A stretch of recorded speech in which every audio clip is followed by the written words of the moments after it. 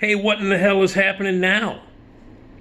How are you doing? Hey, Nick Digilio here, and I am here. Hi. Thanks for checking out my YouTube channel. Subscribe. Mostly daily videos for you. So subscribe to the YouTube channel. Check me out on Patreon. That's a great way to help me out.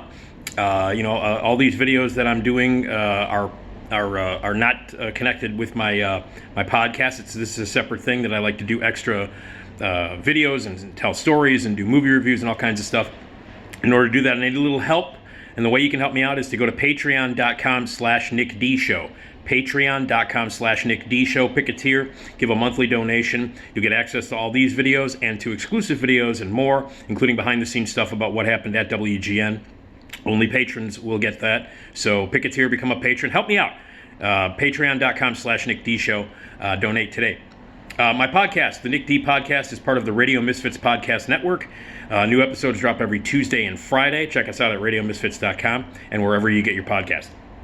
Okay, so I watched this show on the Access channel, AXS TV channel. It's mostly music stuff. Some of the stuff they show is pretty cool. Some of it is a little weird. And some of it is kind of lame. And in fact, they actually do show wrestling on the Access channel. Impact Wrestling is on there too, in addition to all the music stuff they do.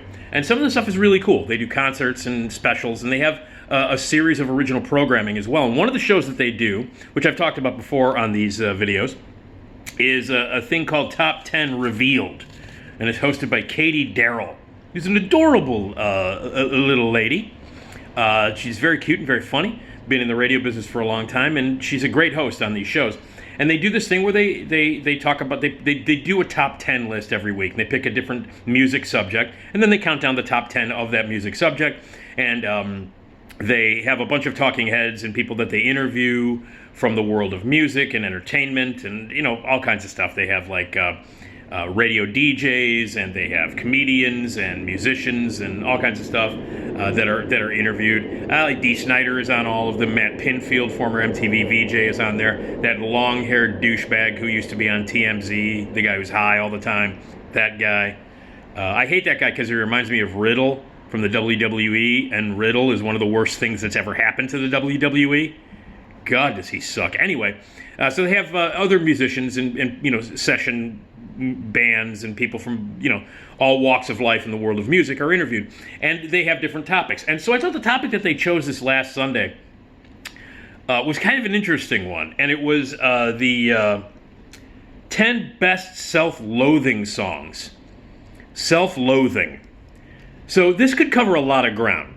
And a lot of different kinds of music. Every artist in the world has written depressing songs, but I think that this is a little bit more specific than just depressing songs, because, if you were to make a list of depressing songs, we would be here from now till, 2229, and just have a list of, a few. So depressing songs, but this is kind of like self-loathing. So the songwriter or the band or the performer is talking about how much they hate themselves or how much they suck as a person. And so it got me to thinking about self-loathing songs. So what are some of your favorite, I don't know if that's a, if that's a term that shouldn't be used, your favorite self-loathing songs? I don't know. Is that an oxymoron? Not sure. But anyway, what are the best self-loathing songs of all time? And that's what they put together this list. And I'm looking at this list. Most of them have a sense of humor. Many of them on the list have a sense of humor. Some of the songs don't. And some of the songs that I thought of and looked around for, the self-loathing songs can be kind of depressing and sad. Whereas the person who wrote the song was probably going through some really tough times, sometimes involving, addictions or thoughts of suicide or actual depression. So some of these aren't funny. Some of them are serious. Some of them are just stupid. And some of them, well, we'll see. You'll see. But let me go through this list that they had on the show, Top 10 Revealed. This was their list. I'll start at 10 and I'll go to number 1 of self-loathing songs. So number 10 is I Hate Myself for Loving You by Joan Jett. Again, this is a song with a sense of humor. It's not, nobody was clinically depressed when they wrote it. Nobody was, this song has a sense of humor. Obviously, Joan Jett was in love with a lousy person, and it was not a good relationship. But I think that's a great choice. I Hate Myself for Loving You. Fantastic song. Number 9 is I Wish by Skilo.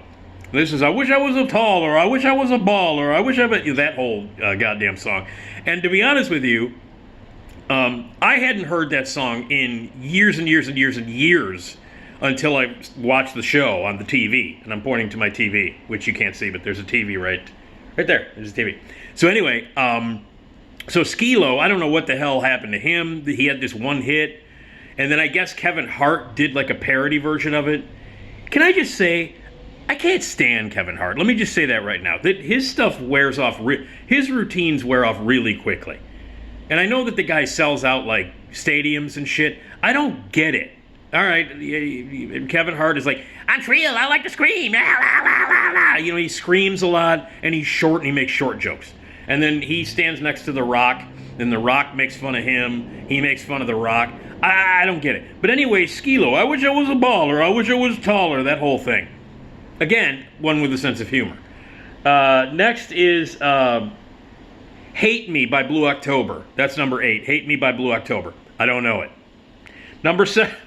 Sorry, I never heard of Blue October. When they showed the video, I don't even recall the song. I don't know. But there was a period of time in the late 90s, specifically, when the Self-Loathing songs were at like an all-time high. And I'll get to that in a minute. So, let's see. Number 7 is Teenage Dirtbag by Wheatus. Teenage Dirtbag by Wheatus. I guess it was in the movie Loser, with Jason Biggs and Mira Sorvini, or Servani, or whatever the hell her name is, Servani. I remember, I vaguely remember that movie. I think it came out in late 1999, in 2000. It was at a time when Jason Biggs was actually like hot for a little while after he fucked a pie in a movie. You fuck one pie in a movie and you're gonna be a star. But anyway, I vaguely remember Loser. I vaguely remember it being terrible. And then this song, Teenage Dirtbag by Wheatus, I don't remember. I vaguely remember it. Wheatus, I don't know who they are. And then I guess One Direction covered it. All right, whatever. Number 6 is Why Is Everyone Always Picking on Me by the Bloodhound Gang. Another song I vaguely remember. This had Spooky was the song that they sampled. So Spooky was the song that they sampled. I guess they're being picked on, the Bloodhound Gang. I vaguely remember them. I don't know. Number 5 is Self-Esteem by the Offspring. Now, I remember this one, and I hate it. And this, again, falls into that category I'm going to get into where, like, in the late 90s, there was just this... You know, that's when that new metal shit started to become real popular, where it was like, is it rap? Is it metal? Is it hard rock? Is it shit? And the latter being the actual choice, the correct choice. Offspring falls into that Self-Esteem. I remember the song. You know it. You've heard it. You hate it. You hate it almost as much as you hate yourself. Hey! Number 4, Basket Case by Green Day. We all know that song. I don't know. I guess it's about self-loathing. I don't know. I'm not a big Green Day guy. I like the American Idiot album. Didn't see the play because I've already seen Rent, so I didn't need to see that again. Number 3, All Apologies by Nirvana. Now, Nirvana, you could pick an entire list of Kurt Cobain songs, because Kurt Cobain wrote a shit ton of songs that were self-loathing, that were about hating oneself. All Apologies is up there. I mean, there's a ton. You could just make a list of Kurt Cobain. Like 70% of the songs that Kurt Cobain wrote were about self-loathing, and 70% of them were great. So All Apologies is number 3. Number 2 is Creep by Radiohead, which obviously is one of the quintessential self-loathing songs of all time. A great song. Radiohead, great stuff, that Radiohead did. So I still don't know how they got away with Kid A, which I still think is a flaming piece of shit as an album. But anyway, Creep. Obviously he's a creep.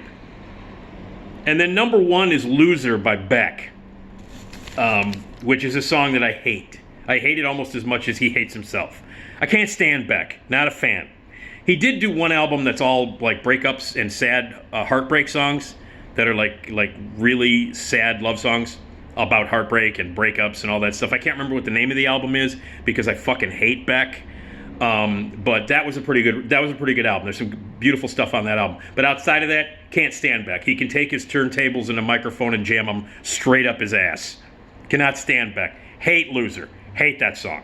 But according to Access TV and the Top 10 revealed, Loser is the #1 self-loathing song of all time. So it goes Loser, Creep, All Apologies, Basket Case, Self-Esteem, Why is Everyone Always Picking on Me, Teenage Dirtbag, Hate Me, I Wish, and I Hate Myself for Loving You. So I was looking around trying to find some, and I have a few of my own that I think are pretty good. What are low self-esteem songs? So like I self-loathing. So, and then as I was mentioning, in the late 90s and into the early 2000s, that was that period of time when there were a bunch of really shitty bands that were part of that new metal thing where they kind of combined rap and they kind of combined metal and it all sucked. And it was, like here are some of the bands, and a ton of these bands did a lot of self-loathing songs, and none of them seemed sincere to me. None of that new metal nonsense from the late 90s and early 2000s, none of it was very good. None of it seemed sincere. None of it seemed real. The songwriting was base and pretty stupid. The musicianship wasn't very exceptional. There wasn't a lot of talent to be had in those new metal bands that took over the charts in the late 90s and the early 2000s. And as I list some of these artists and bands that fall under that category, you're going to remember and go, oh yeah, boy, did that time period in music suck ass. Because if it wasn't like this new metal crap, it was pop shit. It was like your Britney Spears and your Christina Aguileras and your boy bands and stuff. And it was a really, for popular music, for the stuff that was selling big time, for the stuff that was downloading, for the stuff that people were eating up, that the teenagers were buying in droves, the shit that was on TRL every day. Boy, it was just a bad, depressing period in music. Late 90s, early 2000s, whether it was like cardboard copied, boy bands, or stupid pop princesses, or music that sucked, or the new metal bullshit. The late 2000s, the late 90s, early 2000s, terrible time for popular music. Like really, really bad. So here are some of the songs and the artists that fall under that category, most of which are in that bullshit new metal nonsense. Like, for instance, Stained. Stained is one of those bands that falls into that. They're edgy because they forgot the E in the word stained. There's no E. Ooh. But they did a song called It's Been a While Since I Took a Shower and Brushed My Fucking Teeth. It's been a while, or whatever the stupid-ass lyrics are. But Been a While by Stained. Actually, I like that song. I will say I like it. But yeah, Stained, another one that falls into that new metal bullshit, late 90s, early 2000s. How about Korn? See, with a K. Stained, they forgot the E in Stained. Korn spells corn with a K. Edgy. Yeah, Korn. Sucked. Another one of those. Here's, like, they did Alone and Break and Throw Me Away and Hollow Life and Falling Away From Me. Korn. Yeah, all right. New metal. There's another self-loathing. All right. How about Linkin Park? We can go through Linkin Park. They unfortunately had a very sad thing happen to them with a death in the band, the lead singer. Very sad. But Linkin Park falls into that category of self-loathing. Slipknot, where they wore the crazy masks and they sucked. And they did Duality and Deluded and My Plague. Those are just some of the tons of self-loathing songs they put into their category. And so that's Limp Bizkit with your buddy Fred Durst. Another new metal part of that, like the leaders actually of that nonsense crap music that came out in the late 90s, early 2000s. Let's see, The One and Boiler and Limp Bizkit had a lot of the songs that were about self-loathing. And by the way, if you saw footage of Limp Bizkit with Fred Durst wearing a wig and looking like a 90-year-old grandfather who's out trying to barbecue at Lollapalooza, yeah, So Limp Bizkit's another one. So all of those bands kind of fall into that category. And then you've got Evanescence, which had Bring Me Back to Life and Like You and Missing. A lot of self-loathing songs there. And again, I will say this, though. Let me just say this, that there are some of these songs that I think are shitty meant a lot to people. So I will say that. I won't undervalue, because there are people out there who love this new metal shit, who thought that songs by Evanescence and Korn and all that stuff spoke to them. And God bless you if you felt that way. That's cool. And, a lot of teenagers go through this kind of thing. And that's like a rite of passage, to go through self-loathing. And then you find the music that's popular at that time. So people who were teenagers in the late 1990s and early 2000s, at that time I was like in my mid-30s, so I was past the point of self-loathing. I hated everything. But yeah, I mean, if those songs meant something to you and you were a teenager when stuff like Limp Bizkit and Korn and Slipknot and all that shit came out, and that meant something to you, that's legitimate, that's awesome. Didn't mean shit to me, because I was way too old for that. Like, I went through my sort of self-loathing teenage years back and I listened to a lot of Pink Floyd, and I listened to a lot of Led Zeppelin, and I listened to a lot of, a lot of teenage boys. All teenage boys, especially teenage boys around my age, and I'll be 57 in July, a lot of teenage boys around my age had their Who phase. You go through the Who phase. For those of you who are too young, that's like going through an Evanescence phase. That's like going through your Limp Bizkit phase, or your Linkin Park phase, or any of these bands that, if you went through, every teenage boy around my age went through a time when nobody understood them except for Pete Townsend. The Who has a bunch of self-loathing songs. There's a bunch of songs that speak specifically to teenage boys. And I'm done. By the way, I've been done with the Who for, Jesus Christ, for many, many, many years.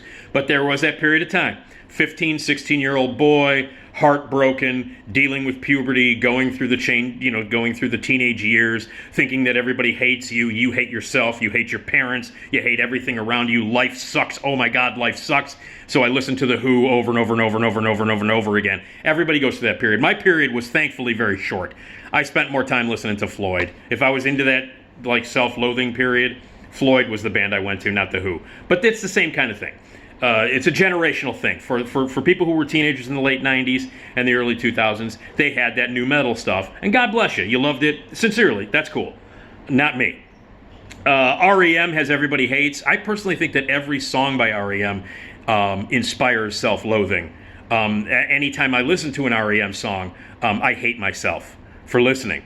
So thank you, Michael Stipe, one of the most pretentious and overrated jagoffs in the history of music. Thank you for creating music that made me want to kill myself, not because the music was depressing, but because you're so bad and I had wasted like 4 minutes of my life listening to one of your songs. Let's see. What else is there? You got Metallica. Metallica they're known for self-loathing songs.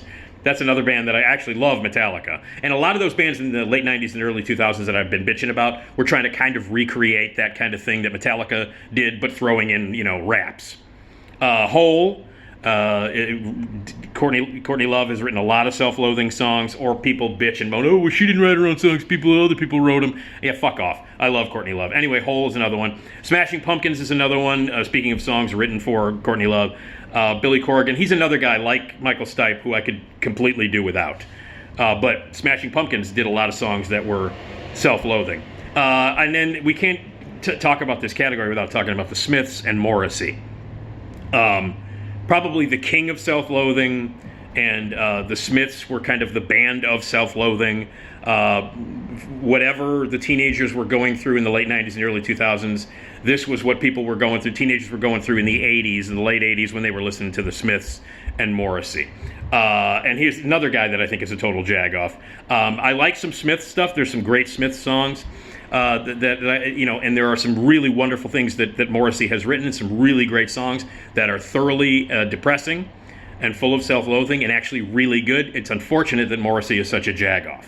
But yeah, he's another one. So you've got Smashing Pumpkins, the Smiths, Hole, Metallica, REM, Who, Pink Floyd, and then some of my choices, some of my favorites. Tears for Fears has written some self-loathing songs that I love. The granddaddy of them all is Mad World. Mad World by Tears for Fears. That's one of those self-loathing songs that I love, that I will allow myself to listen to and to wonderfully get depressed over. That one I love. Tears for Fears, Mad World. Soundgarden, Fell on Black Days. Again, Chris Cornell, great songwriter, great singer, great musicians. Very sincere stuff, not commercial nonsense like that new metal shit that's made specifically to sell records. But Soundgarden wrote a bunch of them, and the granddaddy of my favorite of theirs is Fell on Black Days. Red Hot Chili Peppers wrote a few in their heyday. Under the Bridge, probably the king of their self-loathing songs, autobiographical song about Anthony Kiedis and his working through his drug addiction. So yeah, Under the Bridge, Red Hot Chili Peppers, System of a Down, Lonely Day. Another, I think, terrific band, and they've written a few self-loathing songs, but Lonely Day is another one that I love. These are my favorites that we're going through. Garbage, Bleed Like Me. I love Garbage. They're coming to town. Unfortunately, they're playing the Tweeter Center or the Hollywood Casino or whatever the fuck they call it now. It's in Tinley Park, which is one of the worst music venues of all time. And unfortunately, they're playing there. Garbage is playing there. And they're playing with Tears for Fears. So it's like a double bill, and I think I might have to go to Tinley Park. And then Halsey is playing Tinley Park, and I love Halsey. She writes songs that are sad and a bit self-loathing, and I love Halsey. She's one of my favorite current modern artists. Seriously, one of my favorite artists today, way up there on the list of incredible modern-day artists. I love her. I might have to go to Tinley Park to see her. That's depressing. Okay, then some other ones, like Pearl Jam has written a bunch of them. Black is one, Sad is one, Nothing Man, Jeremy, which isn't really self-loathing, but it's about a kid who did hate himself.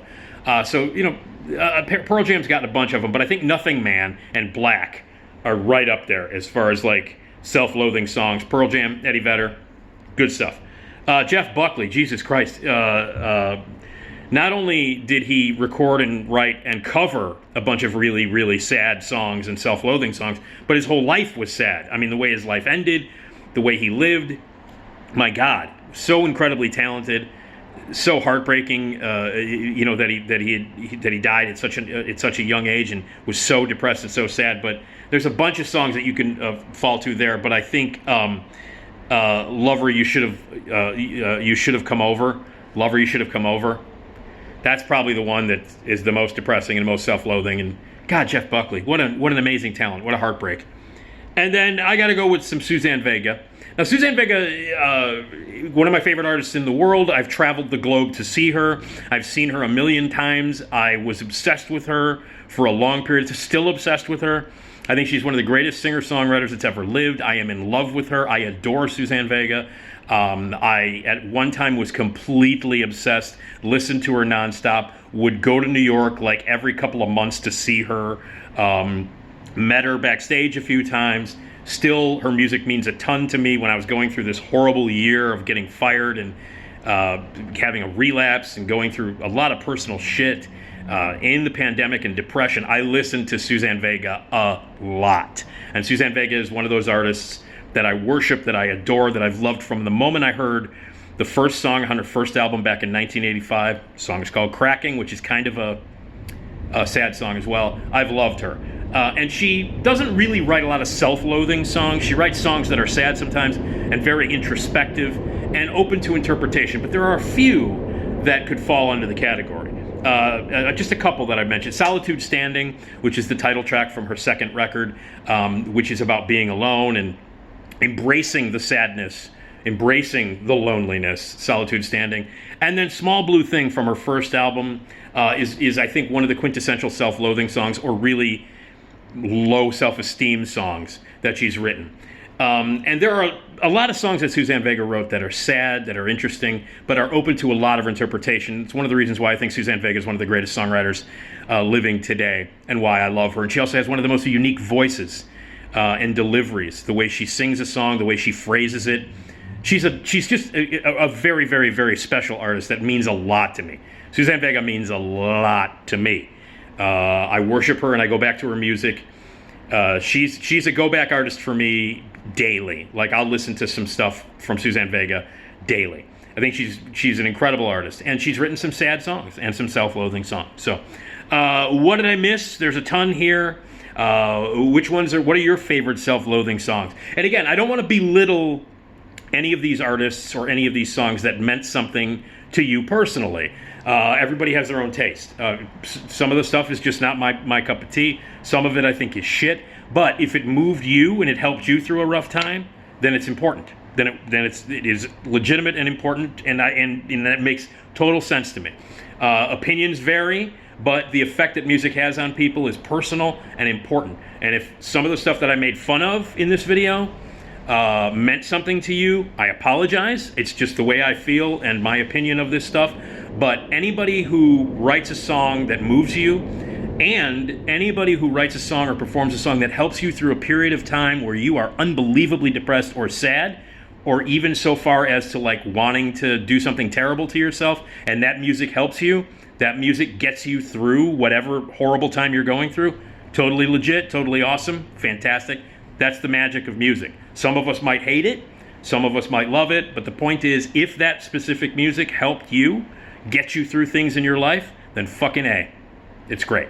So anyway, self-loathing songs, leave them here. Help me on Patreon. Help me there. Patreon.com/NickD Show. Donate some dough and check out my podcast. And don't hate yourself. Especially don't hate yourself for loving me, Joan Jett. God. Like Joan Jett would ever give me the time of day.